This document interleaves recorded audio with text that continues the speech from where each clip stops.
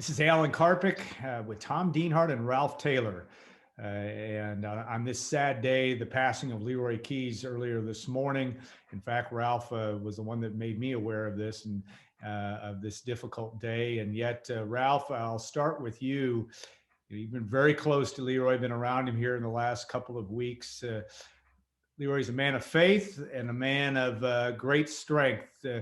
And yet, this was a difficult day for anyone that knew him. Oh, absolutely, Alan. I was so shocked this morning. I looked at my phone and I had this text at 7:26, and there was a question from one of my fraternity brothers: did Leroy pass? And I'm thinking, nah, somebody's spreading rumors, because I saw Leroy Sunday doing good, very upbeat. So then I called Leroy's wife, and she did say that Leroy passed peacefully this morning at 5:17, and I'm still in shock about it. Because, like I say, when I saw him Sunday, he was. I put him on the phone with one of our fraternity brothers up in Lansing, Illinois.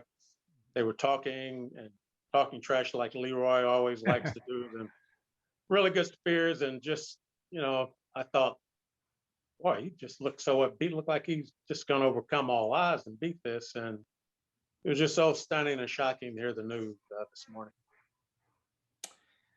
Tom, you've written and you were a little bit younger than I am, but had an opportunity to write a great story in the Alumnus on Leroy and his impact. Your reaction to today's news and what he has meant to Purdue sports. Yeah, obviously sad, like Ralph said.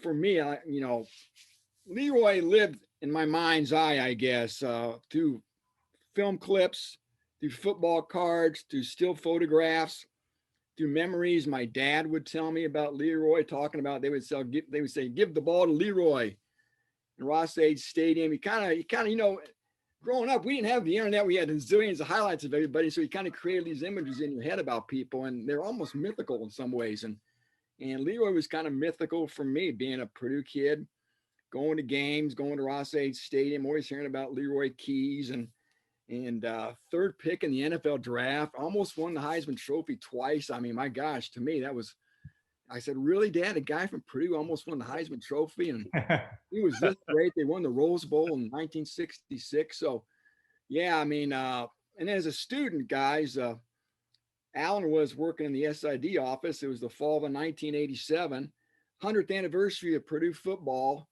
And that year they had a vote for the all-time Purdue team.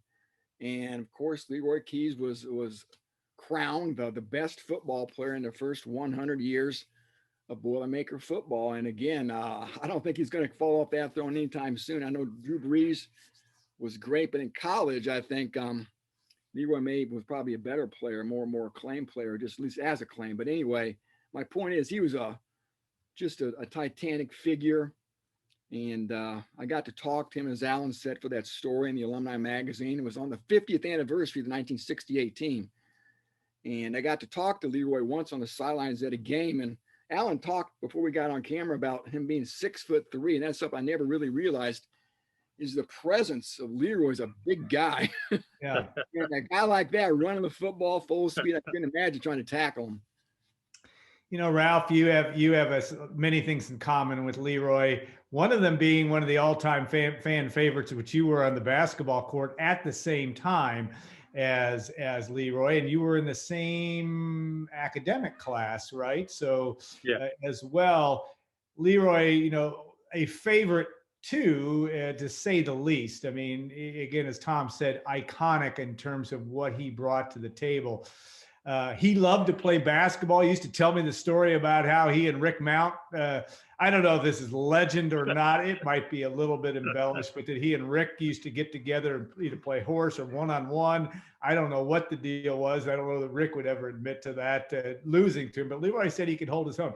He was a phenomenal athlete, Ralph. I mean, the guy could kick off. He was, he made the Rose Bowl anniversary team as a defensive back for his performance in 1966-67 Rose Bowl. There wasn't anything Leroy Keyes could not do on the athletic field. Absolutely. And here's a guy in high school, ran the 100-yard dash under 10 seconds, very fast in the 220. Basketball averaged over 24 points a game. Track and field, a long jump over 24 feet. Outstanding football player. Comes to Purdue, and of course, coming from the segregated South, nobody really knew about him because segregated South, black schools got no publicity. And here came this guy on campus, 6'3", about at that time, before he started eating dorm food, weighed about 195 pounds. And we used to go to the co-rec.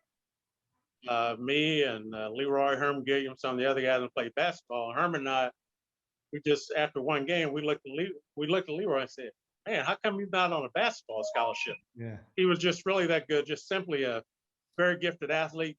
Picked up golf clubs, never played golf in his life, became an outstanding golfer after Purdue.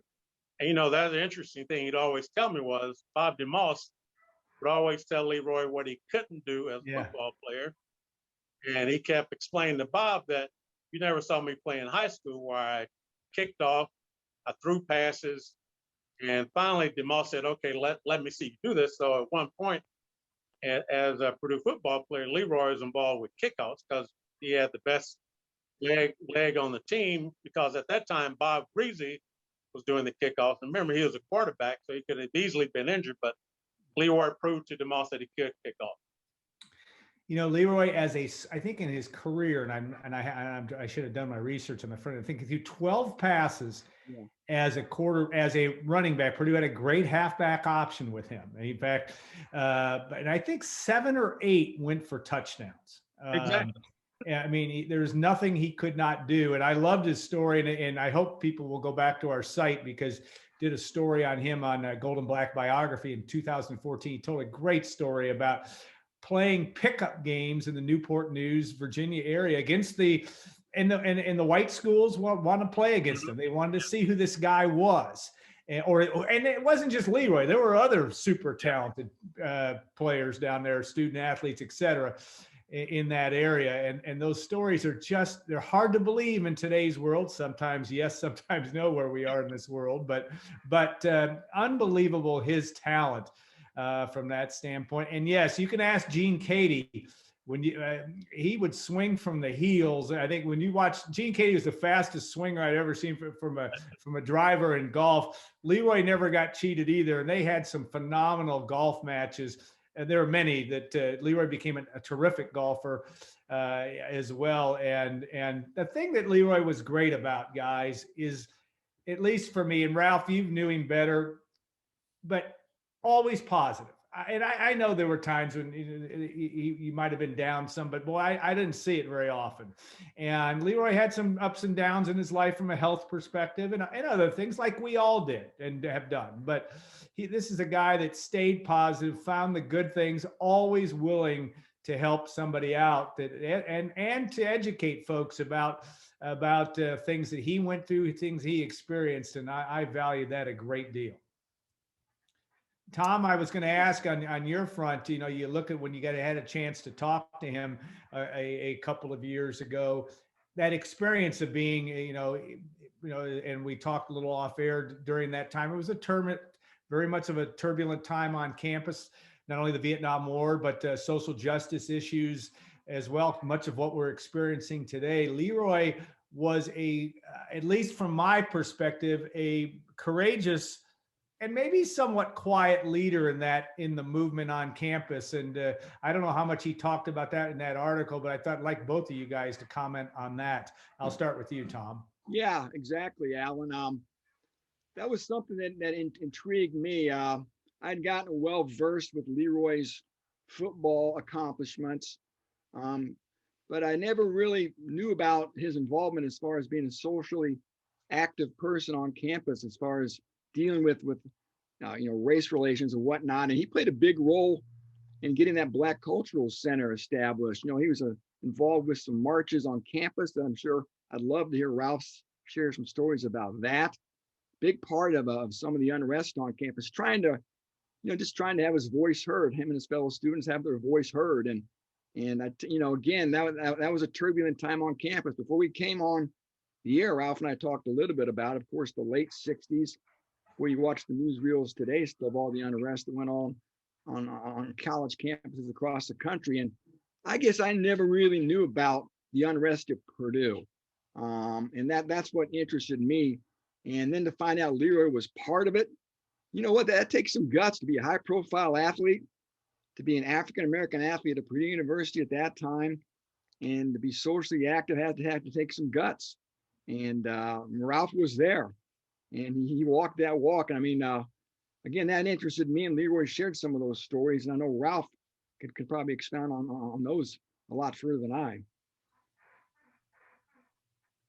Ralph, what your memories of that, and there are many, and it probably could go into longer than we're going to talk here, but there was a significant, he made a significant impression, not only on your fellow African-American students, but also students, all students at Purdue University.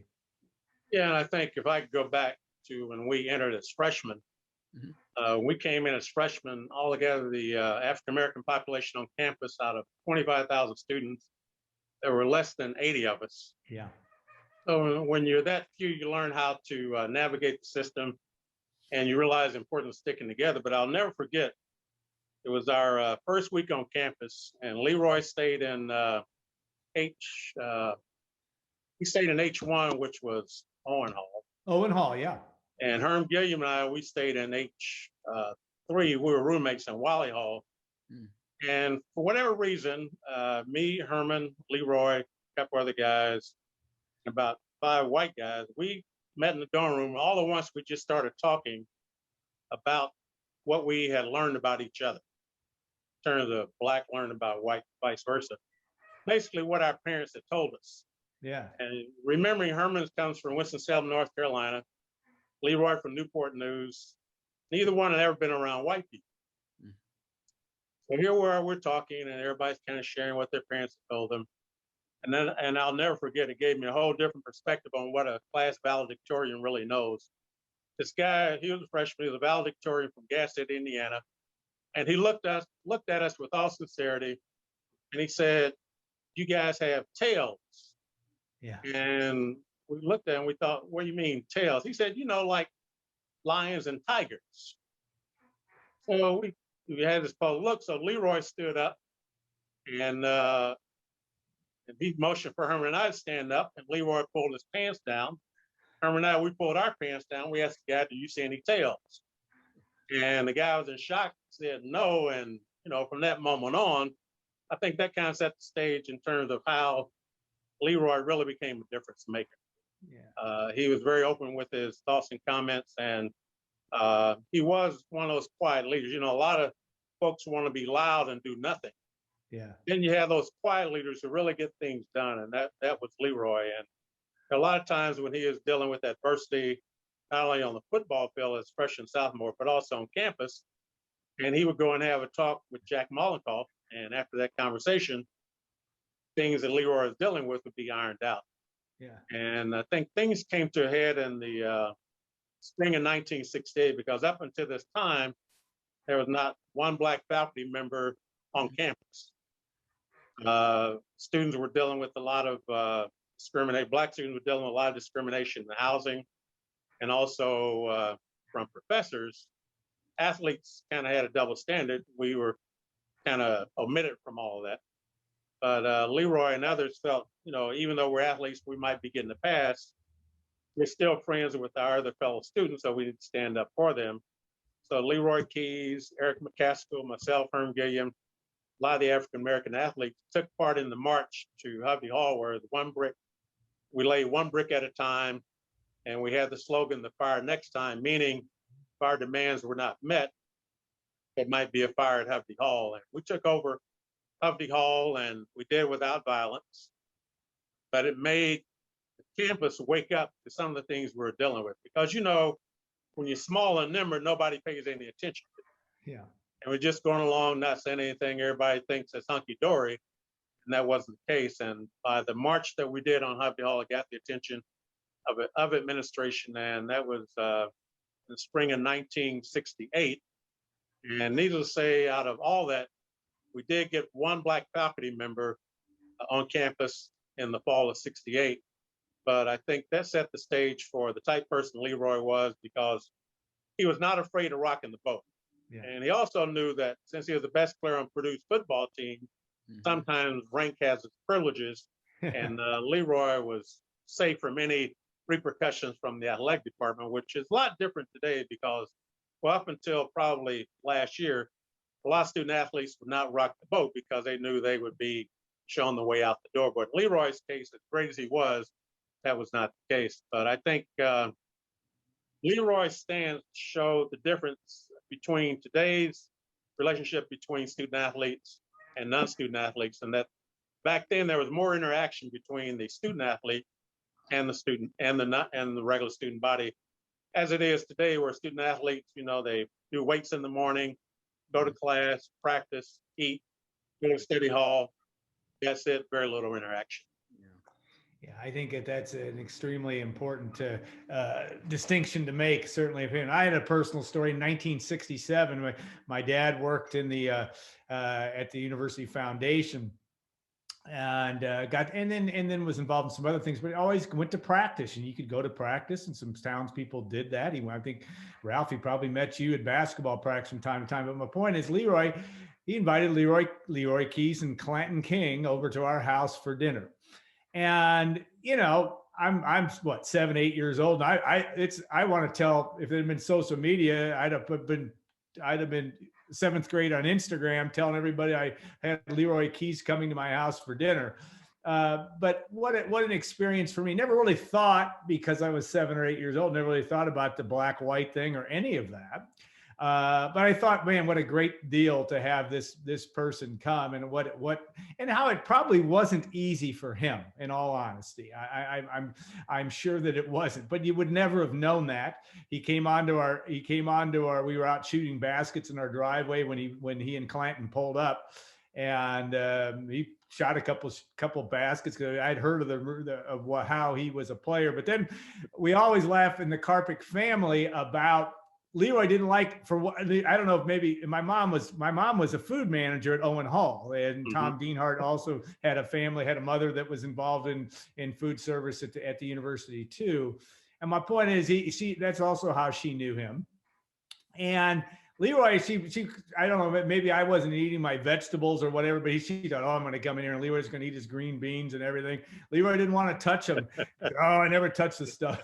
So I think in our family, we always said, well, Leroy set me back from a dietary standpoint for 10 years. But it was one of the great moments of my life, just because even though it was my young life, of having that opportunity, and then reflecting maybe when I got older to realize, the significance of that at the time, and what an experience it was for me. But Leroy and Clanton were great and we had several over the years when it was legal to do so. We'd have the Frank Kendricks of the world and others at the home, but that was a big part of my growing up, and it all started with Leroy Keyes and the experience that I had here. But he just was always gracious. And you never would have known, and didn't really like to, at least to me, didn't always want to talk about his football exploits over the years. But he loved his playing career, loved what he was on the football field as a player and as a coach. Of course, he came back to Purdue in 1995, I believe 95, to coach with Jim Coletto as well. So this was a big part of his life, and something that I'll never forget. And he was always gracious to me over the years, and always fun to have an interview with, because he had an opinion about a lot of things, and that was fun too. Yeah, that was Leroy. And the other interesting thing about Leroy is that, again, he comes from the segregated South. Yeah. And Purdue is the bastion of conservatism, where a lot of the students had never seen a black person, but of course Leroy had never seen a white person. But realizing what he did from the time he set foot on campus, and by the time he left in '69, he was one of the most recognizable, most well-beloved figures, regardless if you're black or white, in the history of the Purdue campus during that 4-year period. And he just changed the attitudes of so many people, not only from an athletic standpoint, but also from the fact that he was just a genuine, down-to-earth person, wasn't bothered any ego or anything like that. Just really down-to-earth, regular person. Yeah, he always went out of his way to give to others and to try to kind of walk in your shoes, which I always thought was an interesting way of looking things. And he taught me that certainly. Tom, you know, we and I said this off the air, but I've said this publicly before about the two players that since I've been going to Ross-Ade Stadium, and that was 1966 was my first game, would have been Leroy's sophomore year. But the audible sound when Leroy Keyes touched the football, when he got it and on that sweep. Now he was as good a receiver as he was running back. And in fact, he really didn't have he was not a punishing runner. He didn't carry the ball 30 times a game. In fact, I don't think he ever had a game where he carried it more than 25.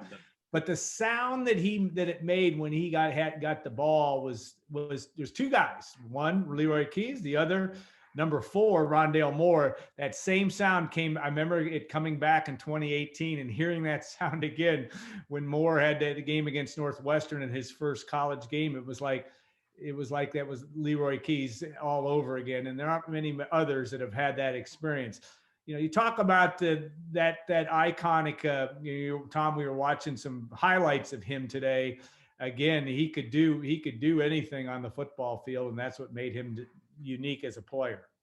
Yeah, again, just a special talent, guys. Like I said earlier, I really wish I would have had a chance to see him play in person. And yeah, Alan, like you, I was there in Ross-Ade, that 2018 opener against Northwestern, to see Rondale Moore, what he was able to do with the football in his hands that day throughout the entire 2018 season. And boy, what a special player. And again, from everything I can tell, Leroy was the same type of guy. And it was fun talking to him again, like I said, a couple of years ago for the story. And he told me back then that there was a teacher at his high school, I think it was Carver High, who really was served as a big impetus for him to come to Purdue, and really sort of pushed him and kept after him to do that. And I thought that was interesting that the guidance that was given him by a high school teacher turned out to be so profound for Leroy and to really help shape his future. And I think I was also told too, looking back at that story, that it was a rival coach that kind of turned on the Purdue assistant coach. I'm trying to find his name here again. Bernie Miller. Yeah, Bernie Miller. Right. It was a rival coach by the name of Marv Levy. Yeah, right. And he credited him. Yeah. He turned on Bernie to Leroy, said, you need to check out this kid at Carver High. So it's kind of fun to hear those backstories and to really see how Leroy responded toward West Lafayette. Yeah, two of the greatest athletes in Purdue sports history, Leroy Keyes and as Ralph talked about, Herman Gilliam. In the segregated South, you know, they would have never come to Purdue in today's world, in all likelihood. You know, I know that Herman had an opportunity at Minnesota, and his mother kind of pushed him. And Ralph probably knows a lot more of this story than I do about coming to West Lafayette. Leroy was very much the same, and had that opportunity to come and be a part. One thing, Ralph, and I don't know how much you can comment, it's just, you know, obviously Leroy came back to Purdue and worked on Jim Coletto's staff for a couple of years. Actually was on Joe Tiller's staff kind of as a not as a full-time assistant, but it was on there for the first year, worked in the John Purdue Club as well. But he remained, I thought Leroy always had a unique relationship with student athletes, maybe many more of color, but not necessarily. But he had that iconic role from 1995 all the way up to 2021 in terms of his role with all those athletes over the years on campus. I don't know how much you can speak to that, but I think that was a significant part of of what he gave to his alma mater in terms of service. Well, absolutely. I think Leroy made a point of introducing himself to those guys, because a lot of them most of them were they were not born when he played, but they had heard of the great Leroy Keyes. We always made a point to introduce himself to those guys, and he was kind of like the godfather for them. I think if they had any issues or questions, they would seek his guidance and counsel, and he was more than happy to do that for them. Yeah, he had that ability to do that. With the nickname, he had a bunch of nicknames. I don't know who nicknamed him. The Golden Mr. Do Everything was one of his.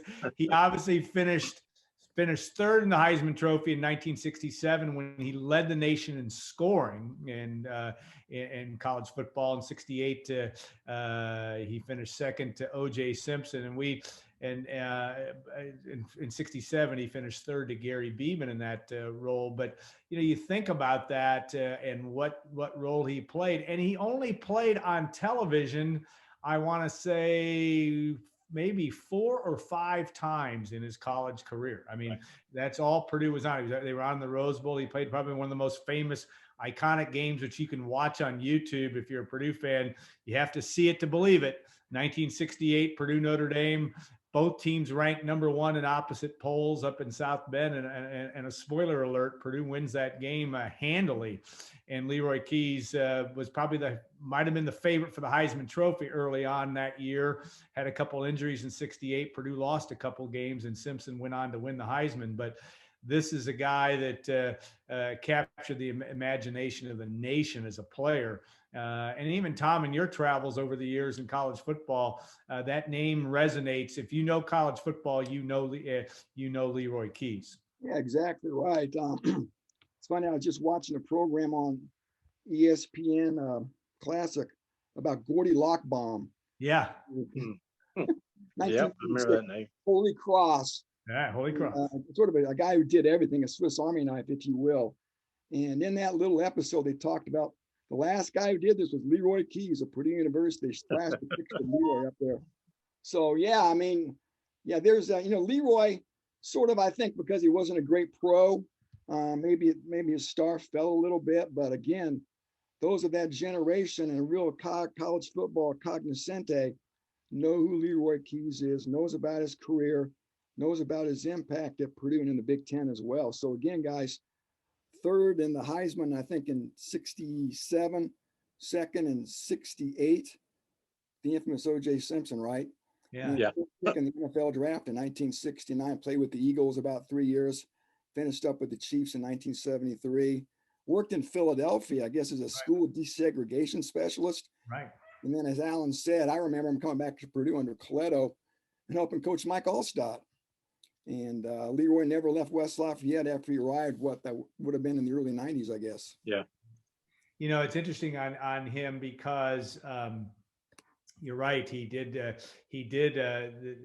and I don't know how much, if at all, he got back between 1970 and 87. He may have been back some. I don't know, Ralph, if you could speak to that. But it was a big deal, at least when he did come back in 87 and for the 100-year anniversary and being named the all-time greatest player. That meant a lot to him and kind of reconnected him, at least in my mind, to Purdue University. But he had a lot of guys, and there were a lot of players that were in that era, in football: Billy McCoy, John Bullock, and there are many, many more that Leroy was very close friends with for many, many years, and kept those guys really connected to Purdue as well. So Leroy played an extremely important role with that, and not just the African American players. I mean, I've heard today from Jim Bonk. I've heard from I reached out to Mike Phipps, but Mike Phipps has the great quarterback and who also finished runner-up in the Heisman Trophy in 1969. There's a love for Leroy there, yeah. and what he meant. Yes, Mike Phipps was a talent, but that was a pretty talented outfit when you had Mike Phipps at quarterback and Leroy Keyes and Tim Foley. That is talented a Purdue football program as it's ever had. Ralph, I was going to ask the last thing as we put a wrap on this, and it's kind of tough to do this on the day that this all happened because there's going to be a lot of thoughts that are going to come our way. One of the things that's important, and I've already seen an initiative brought forward about hopefully getting some legacy recognition, I would say, for Keyes in terms of in the area 231, which is the new expressway on the west side of campus. Somebody had put together some thoughts about renaming that ability to be able to rename that expressway around the campus for Leroy Keyes. This is a name that will live forever, but something also that will further cement his legacy. Well, certainly, I think if it goes through, and of course that just started today, and yeah. But President Mitch Daniels has been presented with the proposed initiative. So if it goes through, I think it would be great. Then I heard from another Boilermaker, not an athlete, but a former student manager, who said it'd also be nice to rename one of the end zones the Keyes zone, because he was always in the end zone scoring touchdowns. So, Yeah. but I think that would be a great honor for Leroy to have bypass 231, or maybe even the street going between Mackey and the backside of Ross H. Stadium, Keyes Way or something like that. I think anything to remember him. And, you know, just one other final thing, Alan and Tom, that is when Leroy played defense at Southmore. Yeah. Switched offense his junior and senior year. And the interesting thing was when he lined up at tailback, the defense knew where the ball was going for the most part. And to show you how great he was and how great the offensive line was, they still couldn't stop him. Yeah, no doubt. He was, and when you talked about when you talked about the Gordy Lockbaum analogy, you know, Keyes in 67 and 68, and this is getting a little bit into the weeds, but Jim Seymour, the great receiver for Notre Dame in 66, had a huge game against Purdue. And in 67 and 68, when Keyes was playing offense, they put him in key situations of much of those games. He got a chance to play and really shut down Seymour and Terry Hanratty, the quarterback at Notre Dame. Purdue had great victories over the Fighting Irish those years. And, you know, the thing also, the Leroy's pro career, he had an Achilles, he had some injury issues, I think an Achilles tendon issue, and that was made it difficult for him to do the thing. And also going to play defense right away for the Philadelphia Eagles was this thing that, you know, we talked about, I know, over the years in terms of what that meant to him. And you know, you don't know, but he was still one of the greatest two-way players in the history of college football right here at Purdue. And yes, today is a sad day, but it was great, Tom and Ralph, to be able to share some of these memories and that as well. Hey, Alan, can I share one other thing real quick? His nickname coming out of high school was Nursey. Yeah. And the Mr. Golden everything. Those who were in the fraternity would call him Nursey and Brother Keyes. Yeah. Yeah. That is a true thing. All right, guys, thanks so much for your time. And we enjoyed the conversation on a difficult day. There'll be more to come, more coverage of Leroy Keyes and what he meant to Purdue sports, Purdue football, Purdue University on down the road. Have a great rest of the day, guys. Okay, thanks, Alan. Thank you. Hello.